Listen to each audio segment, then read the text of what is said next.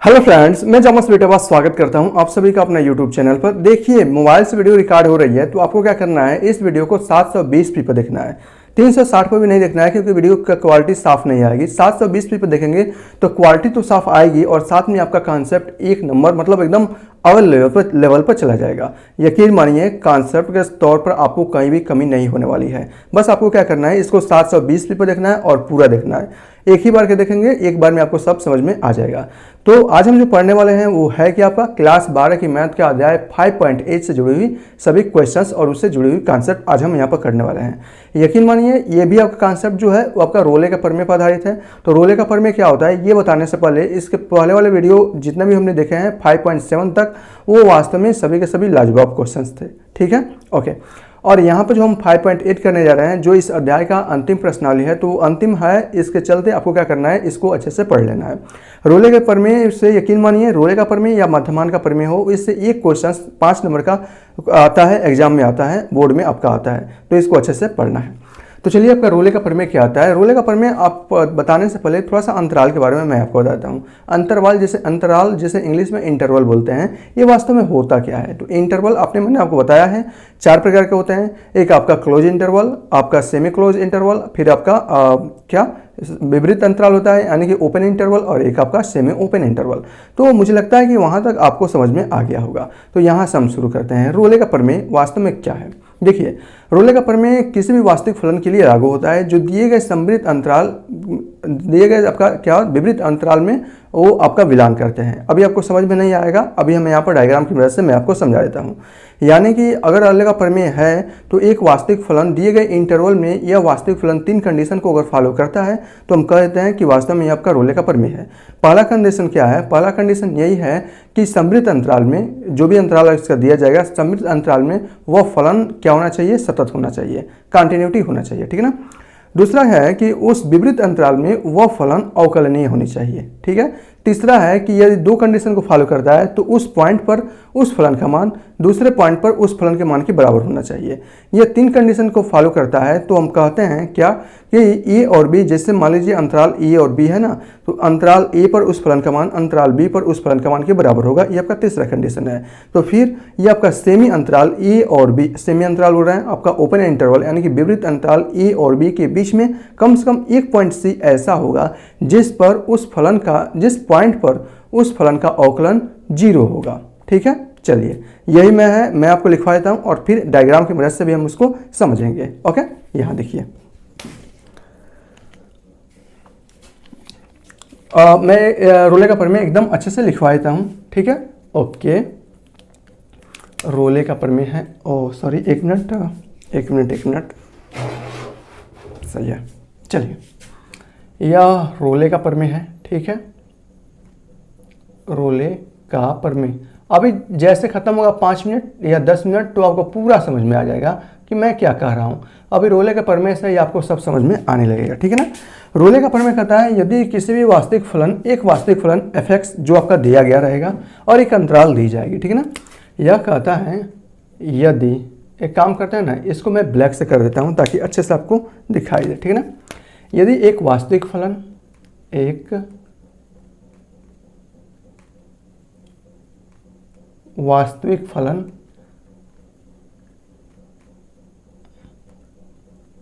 f(x) ये दिया जाएगा और एक अंतराल दिया जाएगा। जैसे यहाँ पर मैं अंतराल कुछ भी मान सकता हूँ। अंतराल ये आपका कौन सा अंतराल है, a, b। आप बताइए, यह आपका समृद्ध अंतराल है, क्लोज इंटरवल है। ठीक है ना। a, b में इस प्रकार परिभाषित है,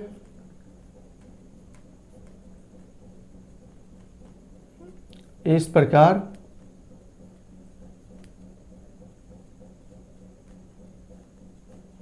परिभाषित है कि यह कितने कंडीशन को फॉलो करेगा, 3 कंडीशन को फॉलो करेगा। यहां देखिए किस प्रकार परिभाषित है। पहला, फलन जो भी आपका दिया जाएगा f(x), ठीक है ना, अंतराल, कौन सा अंतराल लेंगे, सबसे पहले क्लोज इंटरवल। ठीक है ना। क्या लिया है, a, b में क्या होना चाहिए, a, b में आपका सतत होना चाहिए। ठीक है ना। पहला है सतत होना चाहिए। ठीक है ना, सतत होना चाहिए। ओके, ये आपका पहला है, ठीक है ना, चाहिए, पहला कंडीशन है। फिर दूसरा कंडीशन क्या है कि यह जो फलन है f(x) वो आपके विपरीत अंतराल में अवकलनीय होनी चाहिए, ठीक है ना। फलन कौन सा फलन है, f(x), अंतराल विपरीत अंतराल, विपरीत अंतराल के कौन सा कोष्टक लगाते हैं, छोटा कोष्टक, a, b में अवकलनीय होना चाहिए, अवकलनीय होना चाहिए, ठीक है। ये तीसरा, अगर अंतराल हम a, b लेते हैं तो इस a पॉइंट पर, किस पॉइंट पर, इस a पॉइंट पर फलन का मान इस b पॉइंट पर फलन के मान के बराबर होना चाहिए, ठीक है ना। फलन ऑफ किस पर, a पर इस फलन का मान और इस b पर जो भी फलन दिया जाएगा f(x) उस पर मान बराबर होना चाहिए, ठीक है ना। तब अगर ये तीन कंडीशन को फॉलो करता है तब a व b के बीच में कम से कम एक पॉइंट c ऐसा होगा, यानी कि अंतराल हम ये लिख सकते हैं, अंतराल कौन सा अंतराल, विपरीत अंतराल a, b के बीच में, ठीक है ना, जो भी अंतराल दिया जाएगा उसके बीच में, ये आपका विपरीत अंतराल यही है, यही दर्शाता है ना।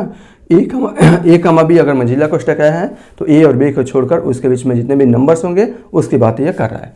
तो अंतराल a, b में कम से कम एक बिंदु, कम से कम कितना, एक बिंदु हम उसको c बोल दें, चलिए c अवश्य होना चाहिए, अवश्य कम से कम एक हो सकता है, अधिक से अधिक कुछ भी हो सकता है, लेकिन कम से कम एक जरूर होना चाहिए, अवश्य होना चाहिए, जिस पर इस फलन के डिफरेंशिएशन का मान, ठीक है ना, इस फलन अभागा जो भी होगा उस फलन के डिफरेंशिएशन का मान क्या होगा, शून्य होगा, ठीक है ना, याद रखिएगा। कम a और b के बीच में कम से कम एक बिंदु जरूर होगा जो a और b के बीच में होगा और उस पॉइंट पर उस फलन के डिफरेंशिएशन क्या होना चाहिए, शून्य होना चाहिए। यह कहता है आपका रोले का प्रमेय, ठीक है ना, होना चाहिए। ओके, यही आपका अगर कहा जाए तो सादगी का सार यही है और आपका रोले का प्रमेय बस ये है। तो रोले का प्रमेय को अगर आपको सिद्ध करना है, देखिए इन सब का अलग अलग मतलब है।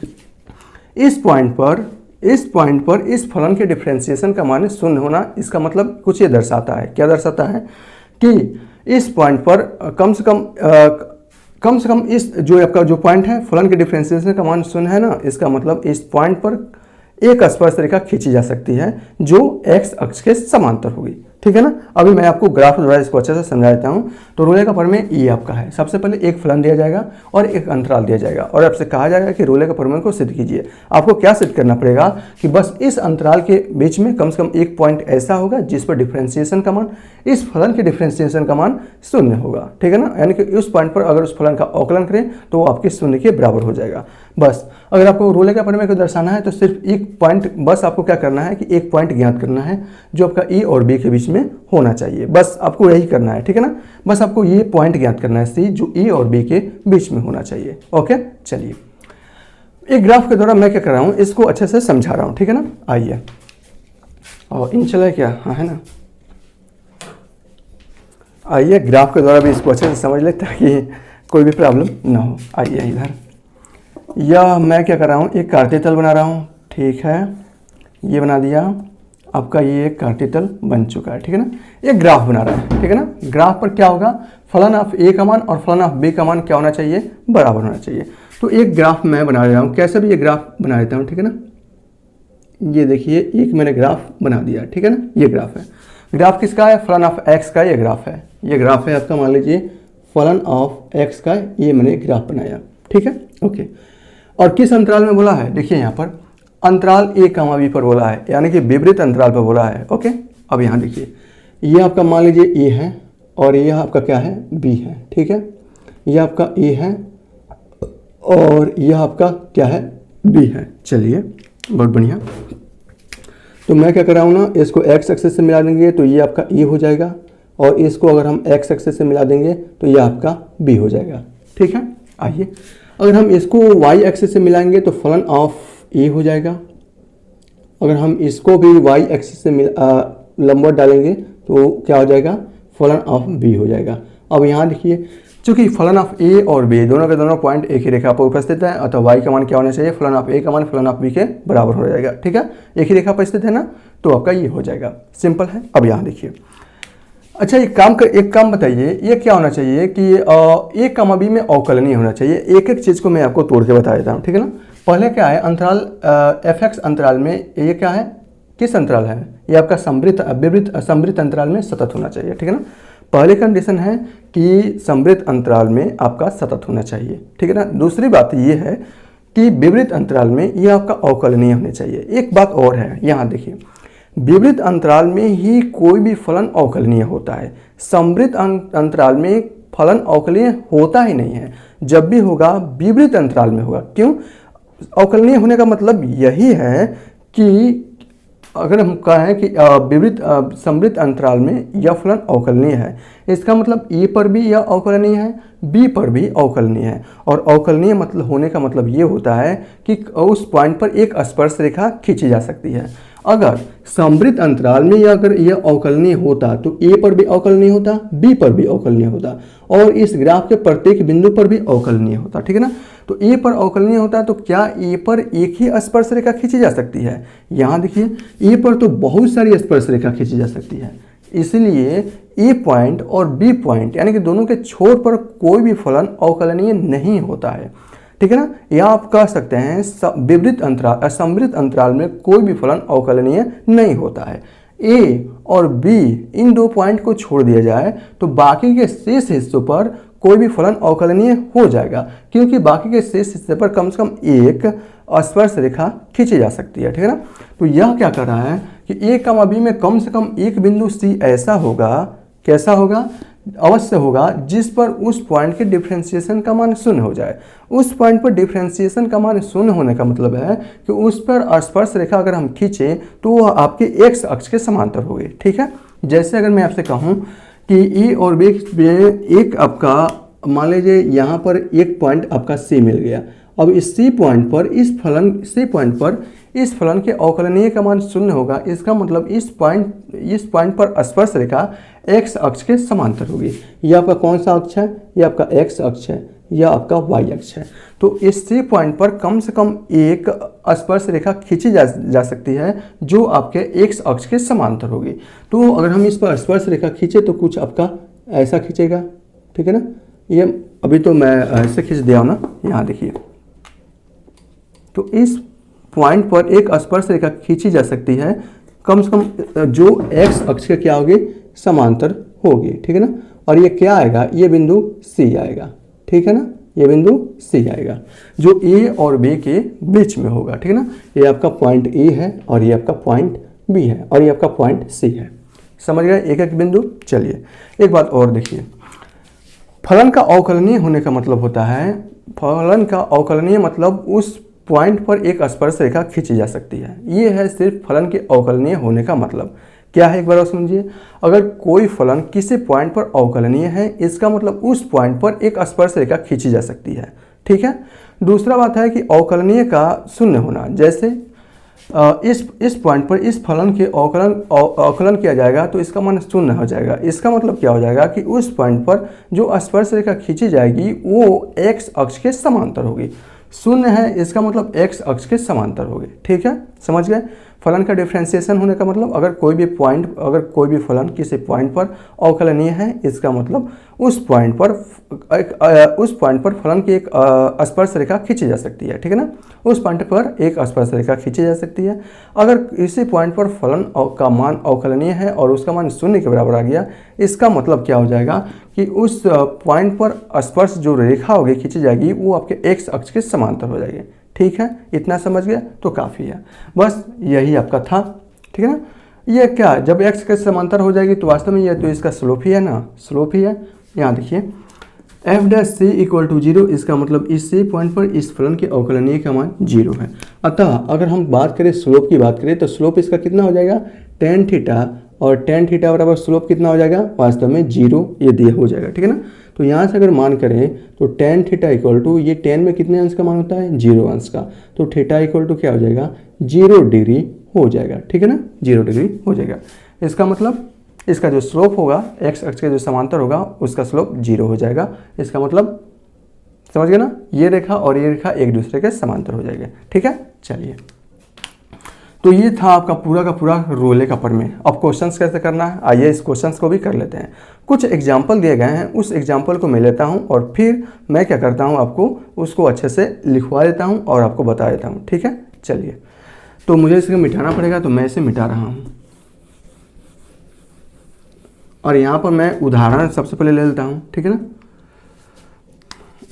और ये तो हो गया आपका ये वाला भाग हो गया। ठीक है ना, ये वाला भाग हो गया। अब यहाँ से हम उदाहरण लिख रहे हैं और फिर आपको यहाँ से उदाहरण के माध्यम से मैं आपको पूरा समझाकर लिखवा देता हूँ। ओके, क्वेश्चंस कराने से पहले मैं यहाँ पर उदाहरण ले लिया हूँ ताकि आपको अच्छे से समझ में आ जाए, फिर आप क्वेश्चंस की ओर बढ़ें। ठीक है, आइए ये देखिए एक फलन दिया गया है। उदाहरण आपका क्या है, 42 है। किताब से भी आप देख सकते हैं लेकिन ज़्यादा मज़ा नहीं आएगा। एक फलन दिया गया है f(x) और ये है x² + 2। ये आपका क्या है, बहुपद फलन है ना, x² है, बहुपद फलन है।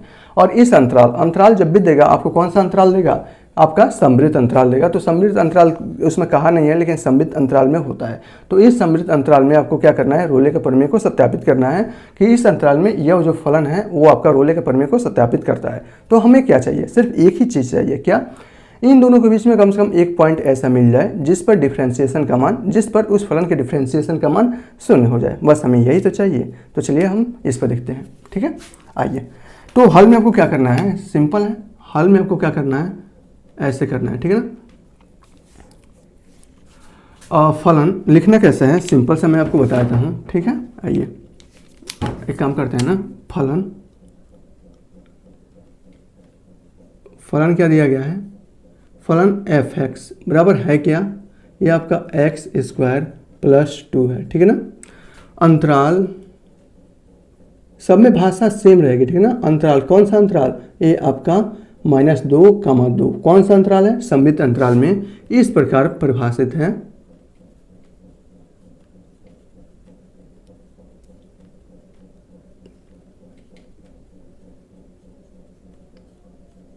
परिभाषित है कि क्या, कितने कंडीशन को फॉलो करना चाहिए। देखिए एक वास्तविक फलन f(x) अंतराल जो भी अंतराल दिया गया है उस अंतराल में इस प्रकार परिभाषित है कि क्या ये जो फलन है इस अंतराल में क्या होना चाहिए, क्या होना चाहिए, सतत होना चाहिए। समृद्ध अंतराल में सतत और विपरीत अंतराल में क्या होना चाहिए, अवकलनीय होना चाहिए।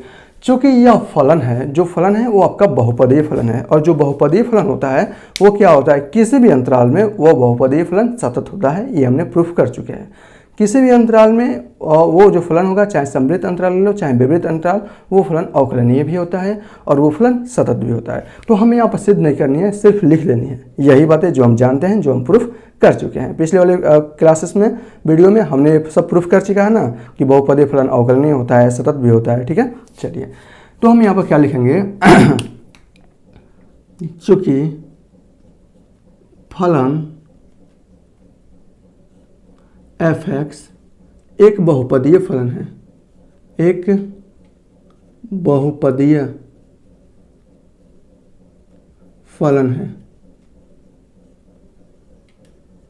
अतः अंतराल, कौन सा अंतराल,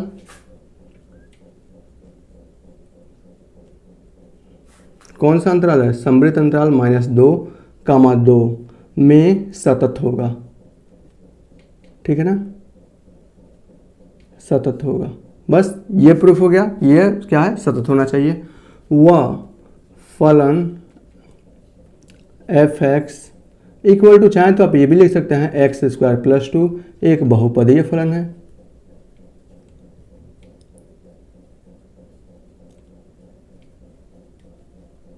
फलन है, अतः अंतराल कौन सा, विपरीत अंतराल यानी कि -2, 2 में अवकलनीय भी होगा।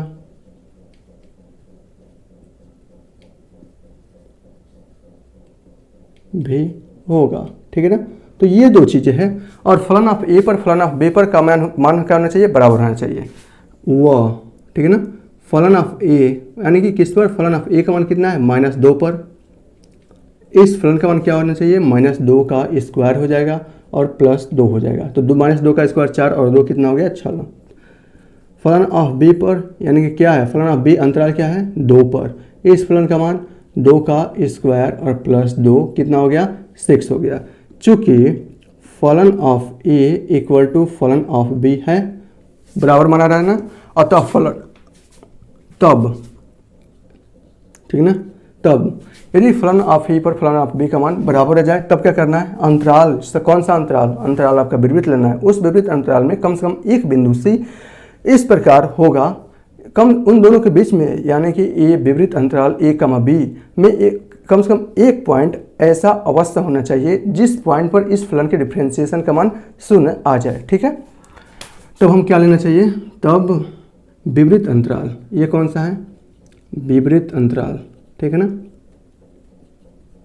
अंतराल ए कमा बी, यानी कि हम लिख सकते हैं -2, में एक पॉइंट सी ऐसा होगा, एक पॉइंट, एक बिंदु सी अवश्य होगा, ठीक ना, जिस पर इस फलन के डिफरेंशिएशन का मान 0 हो जाए, अवश्य होगा। अब यहाँ देखिए एफ डैश सी का मान कैसे ज्ञात करें, ये एक फलन है, फलन का डिफरेंशिएशन सबसे पहले हम क्या करेंगे, साइड में क्या करना है, इस फलन का डिफरेंशिएशन करना है अवकलन, तो क्या हो जाएगा आपका 2x हो जाएगा। अब क्या करना है, x की जगह पर c कर लीजिए, तो क्या हो जाएगा आपका 2c हो गया। ठीक है, तो यहाँ देखिए एफ डैश सी का मान 2c, यहाँ पर लिख दीजिए 2c और इक्वल टू c, तो एक c का मान मिल गया 0, ठीक है ना। तो कम से कम एक पॉइंट अवश्य मिलना चाहिए इन दोनों के बीच में जिस पर इस फलन के डिफरेंशिएशन का मान 0 होगा, तो पॉइंट का मिल गया, वो पॉइंट मिल गया आपका 0, यानी कि इन दोनों के बीच में एक पॉइंट 0 अवश्य होगा कि नहीं होगा, -2 और 2 के बीच में क्या 0 आता है, हाँ आता है, और उस 0 पर उस फलन के डिफरेंशिएशन का मान 0 हो रहा है, इस फलन के डिफरेंशिएशन का मान 0 हो रहा है। अगर इस फलन का डिफरेंशिएशन करोगे, अगर 0 पर कर दो तो 0 पर क्या हो जाएगा आपका 2x, x की जगह पर 0 रखेंगे तो आपका 0 हो जाएगा, ठीक है ना। तो आपका ये पॉइंट मिल गया, बस हमें यही पॉइंट चाहिए होता है, कौन सा, इस C वाला ही पॉइंट चाहिए होता है रोले के प्रमेय को सत्यापित करने के लिए, और कुछ नहीं चाहिए होता है, ठीक है ना। तो आप ये भी लिख सकते हैं बिलोंग्स टू -2, और यही आपका रोले का प्रमेय प्रूफ हो गया, यही आपका प्रूफ करना था और हमने यहाँ पर इसको प्रूफ कर दिया। देखिए आपको एकदम ऐसे लिखना है, इसमें 3 कंडीशन होते हैं, एक काम करना, दागे नहीं है, मैं यहाँ पर लिख देता हूँ, ये आपका पहला कंडीशन है, ये आपका पहला कंडीशन है, ठीक है ना, और ये आपका दूसरा कंडीशन है, और यह आपका फलन ऑफ ए का मान फलन ऑफ ए के बराबर होगा, ये आपका तीसरा कंडीशन है।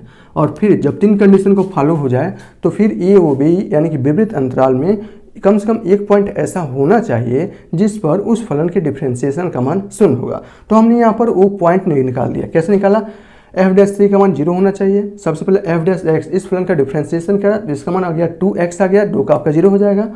फिर आपको x की जगह पर c रख लेना है, क्योंकि एफ डैश सी चाहिए ना, कम से कम एक बिंदु चाहिए, तो x की जगह पर c रख दिया तो ये आपका 2c हो गया। बस एफ डैश सी का मान हमने इसको उठाकर यहाँ पर रख दिया, तो 2c = 0 और c = 0, और हम ये भी देख रहे हैं कि c विपरीत अंतराल -2, 2 के बीच में है, ठीक है ना, यही तो देखना है। तो यहाँ से c का मान हो जाएगा 0, तो वो पॉइंट हमें मिल गया जिस पर इस फलन के डिफरेंशिएशन का मान क्या होना चाहिए, 0 होना चाहिए, और आपका हो गया, और रोले का प्रमेय सिद्ध हो गया। जब भी आपसे कहे रोले का प्रमेय को सिद्ध कीजिए तो आपको क्या करना है, बस c का मान ज्ञात करना है, बस यही करना है और कुछ काम नहीं करना है, ठीक है। तो चलिए ये तो आपका हो गया। अब हम इस प्रश्नावली 5.8 से जुड़ी हुई सभी क्वेश्चंस भी हम यहाँ पे अब कर लेते हैं। तो पहला क्वेश्चन क्या है हम यहाँ पर देखते हैं।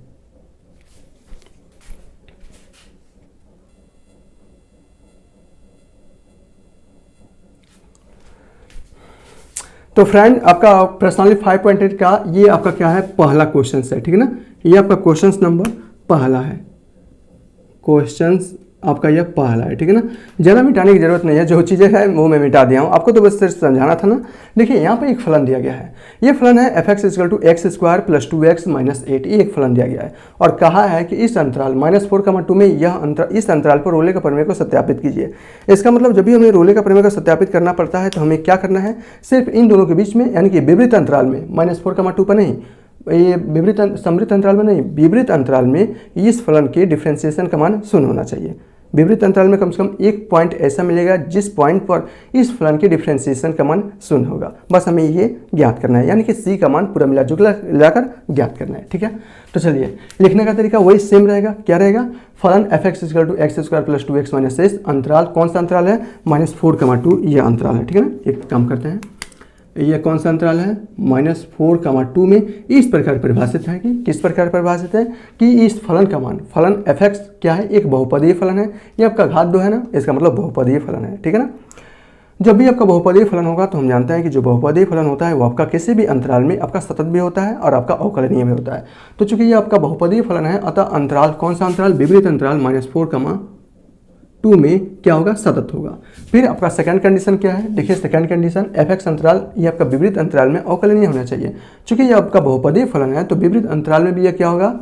-4, 2। ठीक है ना, ये आपका विपरीत अंतराल के लिए ये आपका छोटा कोष्टक, समृद्ध अंतराल के लिए आपका ये बड़ा कोष्टक। तो इस कोष्टक में मतलब विपरीत अंतराल में भी यह क्या होगा? अवकलनीय भी होगा। ठीक है, जब इन दो कंडीशन को फॉलो करें तो तीसरा कंडीशन क्या होता है कि f(a) पर f(b) का मान बराबर होना चाहिए। ठीक है ना, तो f(a) पर इस फलन का मान लिख लेते हैं। f(a) यानी कि -4 पर देखेंगे तो क्या हो जाएगा?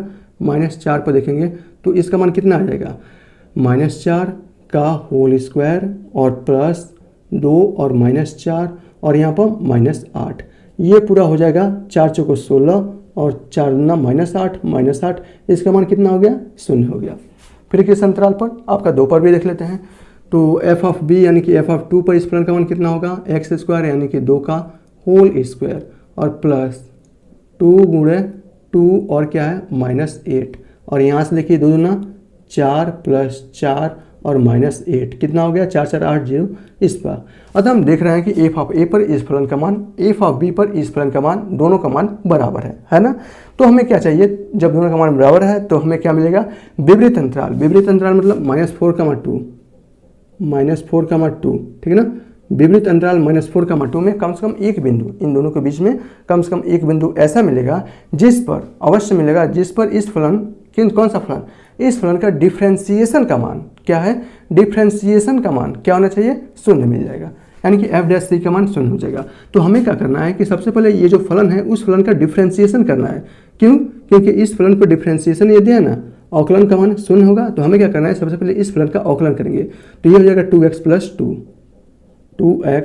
2। ठीक है, अब हम क्या करेंगे? x की जगह पर c रखेंगे तो ये हो जाएगा 2c + 2। ठीक है ना, इस फलन के डिफ्रेंशिएशन का मान 0 होना चाहिए। तो f' का मान क्या है? 2c + 2 है, तो हम यहाँ पर रखेंगे तो ये आपका 2c और +2 इक्वल टू क्या हो जाना चाहिए? 0 होना चाहिए। तो c का मान आप यहाँ देखेंगे तो क्या हो जाएगा? -1 हो जाएगा। ठीक है ना, 2 को इधर करेंगे -2, 2 से भाग जाएगा तो -1, तो इसका मान कितना आ गया? -1 हो जाएगा, जो बिलोंग करेगा किसमें? -4, 2 में। तो क्या c का मान -4 और 2 के बीच में बिलोंग करता है? तो -4, -3, -2, -1, फिर आपका 1 और 2।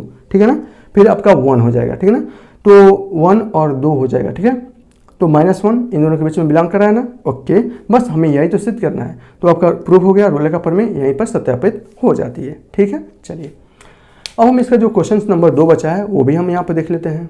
तो फ्रेंड्स यहाँ पर क्वेश्चन नंबर दूसरा का 1 ये दिया है, हमें इसमें रोले का प्रमेय को देखना है कि वास्तव में रोले का प्रमेय इस पर लागू होता है या नहीं लागू होता है। सिंपल है, चेक करना आप जान गए हैं। तो चलिए हम यहाँ पर दूसरा का पहला है। यहाँ देखिए कोई फलन दिया गया है, फलन है क्या? आपका मापांक फलन है यार। ठीक है ना, मॉडुलस फलन नहीं है, मापांक का मतलब महत्तम पूर्णांक फलन है। आप मापांक नहीं कर सकते हैं, महत्तम पूर्णांक फलन कहेंगे। महत्तम पूर्णांक फलन का मतलब होता है कि महत्तम पूर्णांक फलन यानी कि महत्तम पूर्णांक आना चाहिए और महत्तम आना चाहिए। जैसे अगर मैं कहूँ कि इस प्रकार, देखिए यहाँ पर अगर मैं कहता हूँ इसका मान 1.99 का मान कितना आएगा? अगर ये महत्तम पूर्णांक फलन में है तो इसका मान 1 ही आ जाएगा। अगर मैं कहूँ 3.25 का मान कितना आएगा? अगर ये महत्तम पूर्णांक में है तो इसका मान 3 आ जाएगा। अगर मैं आपसे कहूँ कि ये आपका 1.2394 है और इसका महत्तम पूर्णांक फलन कितना आएगा? तो वास्तव में ये 1 ही आएगा। महत्तम आना चाहिए और पूर्णांक आना चाहिए। अगर 1.9999 भी है तो इसका महत्तम पूर्णांक फलन में है तो इसका वास्तव में मान 1 ही होता है। ठीक है ना, हमेशा लेफ्ट हैंड साइड में खिसक जाता है इसका मान। कहने का मतलब ये है कि ये अगर मान लीजिए 1 है, 2 है, 3 है, 4 है और 1 और 2 के बीच में जो भी नंबर्स होंगे वो 1 के बराबर हो जाएगा। इसी प्रकार 2 और 3 के बीच में जो भी नंबर्स होंगे वो आपके 2 के बराबर हो जाएगा। ठीक है ना, ओके। जैसे 1 और 2 के बीच में ये है ना तो 1 हो गया मान, 3 और 4 के बीच में है तो 3 हो गया है, 1 और 2 के बीच में है तो आपका 1 हो गया है। तो ये आपका महत्तम पूर्णांक फलन होता है। ठीक है, चलिए अब यहाँ देखिए और इसके लिए अंतराल दे दिया है, अंतराल का दिया है, अंतराल 5 और 9 पर दे दिया है, ठीक है ना। अगली बात बताइए ये कौन सा है, ये आपका समृद्ध अंतराल में है। इसका मतलब x का वैल्यू बिलोंग करता है 5,9 पर, यानी कि x का मान 5 भी हो सकता है। यहाँ देखिए अगर मैं ये 5 है और ये क्या है आपका 9 है, तो x का मान 5 भी है और x का मान 9 भी है, ठीक है ना, 9 भी है। और x का मान 5 होगा, 6 हो सकता है, 7, 8 और ये आपका 9 कुछ भी हो सकता है, 5 भी हो सकता है, 9 भी हो सकता है, या इसके बीच में कोई भी बिंदु हो जाएगा जो महत्तम पूर्णांक का होगा, ठीक है ना। पॉइंट में नहीं लेना है क्योंकि महत्तम पूर्णांक फलन है ना, बाहर निकलेगा तो उसका मान पूर्णांक में हो जाएगा, तो पूर्णांक में नहीं लेना है। पूर्णांक में भी लेंगे तो उसका मान बाहर निकलने के बाद दशमलव में भी लेंगे तो बाहर निकलने के बाद पूर्णांक में हो जाएगा, ठीक है ना। तो बताइए इस पॉइंट पर अगर एफ ऑफ ए जाँच करें तो क्या मान बराबर आएगा। हमें तीसरा कंडीशन क्या होता है कि एफ ऑफ ए यानी कि इस पॉइंट पर 5 पर इस फलन का मान क्या एफ ऑफ बी 9 पर इस फलन के मान के बराबर आ जाएगा। अगर इसका मान देखा जाए, अगर x का मान fx, देखिए यहाँ पर fx इक्वल टू वास्तव में ये मान लीजिए x है, तो 5 पर अगर इसका मान ज्ञात करें तो क्या हो जाएगा, ये आपका 5 हो जाएगा और यहाँ से इसका मान 5 आएगा। और 9 पर इसका मान ज्ञात करें तो इसका मान क्या आ जाएगा, महत्तम पूर्णांक में 9 हो जाएगा और इसका मान 9 आ जाएगा। यानी कि ए पर और बी पर इन दोनों के मान बराबर आ ही नहीं रहे हैं। जब ए और बी पर इन दोनों के मान बराबर नहीं आएंगे तो क्या यह रोले के प्रमेय को सत्यापित करेगा। रोले के प्रमेय के लिए तो कंडीशन चाहिए था, पहला कंडीशन, दूसरा कंडीशन और तीसरा कंडीशन जो आपका था एफ ऑफ ए का मान एफ ऑफ बी के बराबर होना चाहिए। यानी कि ए पॉइंट पर उस फलन का मान बी पॉइंट पर उस फलन के मान के बराबर होगा, तब जाकर ए और बी के बीच में एक पॉइंट सी ऐसा होगा जिस पर उस फलन के डिफ्रेंसिएशन का मान 0 होगा। जब ये तीसरे कंडीशन को ही फॉलो नहीं कर रहा है, यानी कि 5 पर इस फलन का मान और विपरीत अंतराल 9 पर, विपरीत अंतराल 5,9 पर इस फलन का मान बराबर ही नहीं हो रहा है। अच्छा, ये विपरीत अंतराल में लेना पड़ता है ना, तो विपरीत अंतराल में लेंगे तो 5 नहीं ले सकते हैं, 5 से बड़ा ले सकते हैं और 9 से छोटा। तो 5 से बड़ा अगर 6 भी लेते हैं तो इसका मान कितना आ जाएगा, 6 हो जाएगा और इसका मान भी कितना होगा, 6 ही होगा। 9 से छोटा 8 पर भी ले सकते हैं तो 8 पर भी इसका मान क्या हो जाएगा, 8 ही हो जाएगा। तो एफ ऑफ ए और एफ ऑफ बी पर इसका मान बराबर आ ही नहीं रहा है। जब F of A F of B के बराबर है ही नहीं तो ये फलन रोले के प्रमेय को सत्यापित नहीं करेगा। सिंपल है, आपको इतना लिख लेना है। तो लिखेंगे कैसे, सिंपल है, आइए बता देते हैं। तो लिखना कैसे है ये भी देख लीजिए। देखिए सबसे पहले तो आपको हल लिखना है, ठीक है ना। 2 नंबर का क्वेश्चंस पूछे जाते हैं लेकिन है बहुत ही कॉन्सेप्चुअल, ठीक है। क्या लिखना है कि फलन, ये कौन सा फलन है, एफ एक्स, ठीक है ना। अंतराल, कौन सा अंतराल में, अंतराल आपको समृद्ध लेना है, ठीक है ना। 5,9, ठीक है ना, 5,9 में इस प्रकार परिभाषित है कि, सब में ऐसा लिखना है, में इस प्रकार परिभाषित है कि किस प्रकार परिभाषित है, परिभाषित है कि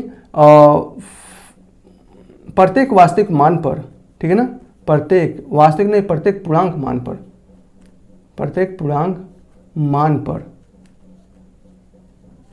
मान पर क्या है, असतत है, असतत है, ठीक है ना। एग्जाम्पल भी आप दे सकते हैं यहाँ से, क्या कि एफ ऑफ 5 पर इस फलन का मान एफ ऑफ 9 पर इस फलन के मान के बराबर नहीं होगा, ठीक है ना, नहीं होगा। अतः फलन रोले के प्रमेय को संतुष्ट नहीं करता है, रोले के प्रमेय को संतुष्ट नहीं करता है, संतुष्ट नहीं करता है, ठीक है ना, नहीं करता है, ठीक है ना। बस हो गया, आपको इतना लिखना है। इसी प्रकार यहाँ देखिए आपका ये क्वेश्चन नंबर आपका क्या है, दूसरा का दूसरा में देखेंगे तो फलन तो आपका यही है लेकिन यहाँ पर अलग कर दिया है। क्या कर दिया है, अंतराल हटा दिया है और -2,4 कर दिया है। तो उससे क्या करना है, -2,4 कहे या कुछ भी कहे, अगर यह महत्तम पूर्णांक फलन में है तो किसी भी अंतराल के लिए यह क्या होगा, रोले का प्रमेय को सत्यापित नहीं करेगा। तो बस आपको क्या करना है, यहाँ पर अंतराल बदल देना है, तो -2,4 कर देना है, ठीक है ना। बस तो आप इस पर जांच कर सकते हैं, -2 पर इस फलन का मान बराबर नहीं होगा और किस पर, एफ ऑफ 4 पर इन दोनों का मान बराबर नहीं होगा, तो रोले का प्रमेय को संतुष्ट नहीं करेगा, ठीक है। चलिए तीसरा जो क्वेश्चन है हम यहाँ पर कर देते हैं, किसका, दूसरा का तीसरा। देखिए दूसरा का तीसरा क्वेश्चन क्या है, क्वेश्चन थोड़ा सा अलग है, मैं यहाँ पर क्वेश्चन लिख देता हूँ, ठीक है। ओके, यहाँ पर मैं थोड़ा सा अंतराल भी बदलना पड़ेगा, चूँकि अंतराल में भी दिया है ना, तो अंतराल भी बदलना पड़ेगा, तो मैं यहाँ से अंतराल बदल दूंगा। ठीक है, चलिए बाकी सब में सेम रहेगा, ऐसे लिखना है।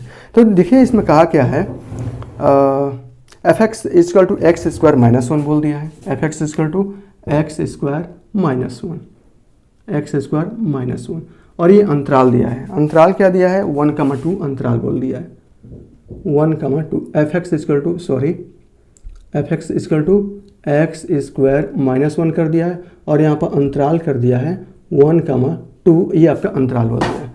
और आपसे ये पूछा है कि क्या यह रोले के प्रमेय को सत्यापित करता है, तो आपको ये चेक करना है कि रोले के प्रमेय को अगर सत्यापित करता है तो इन दोनों के बीच में कम से कम एक पॉइंट ऐसा आएगा जिस पर इस फलन के डिफरेंशिएशन का मान क्या हो जाएगा, शून्य हो जाएगा।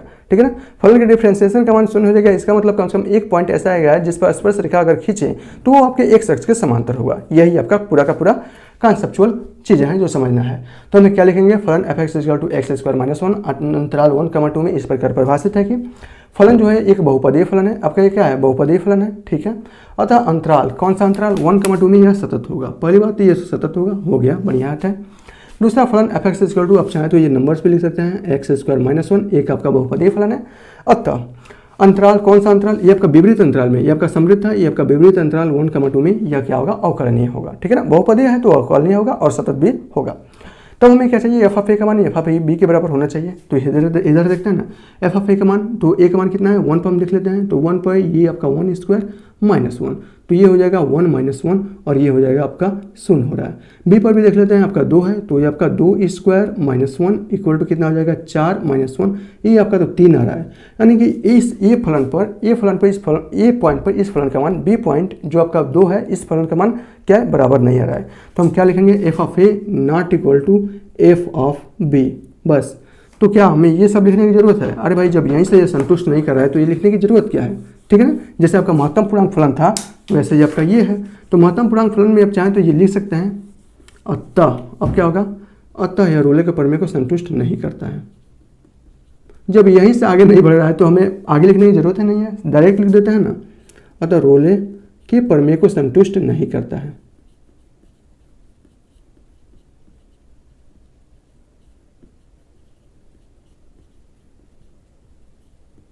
ठीक है, ओके, हो गया, यही करना था, कुछ है। इसी प्रकार क्वेश्चन नंबर 4 दिया गया है। क्वेश्चन नंबर 4 मैं नहीं करा रहा हूँ, आसान है वो भी। देखिए क्वेश्चन नंबर 4 में ये क्या दिखा है, एक मिनट, ये थोड़ा सा गिर गया है नीचे, कहाँ गया भाई, अरे यार कहाँ गया,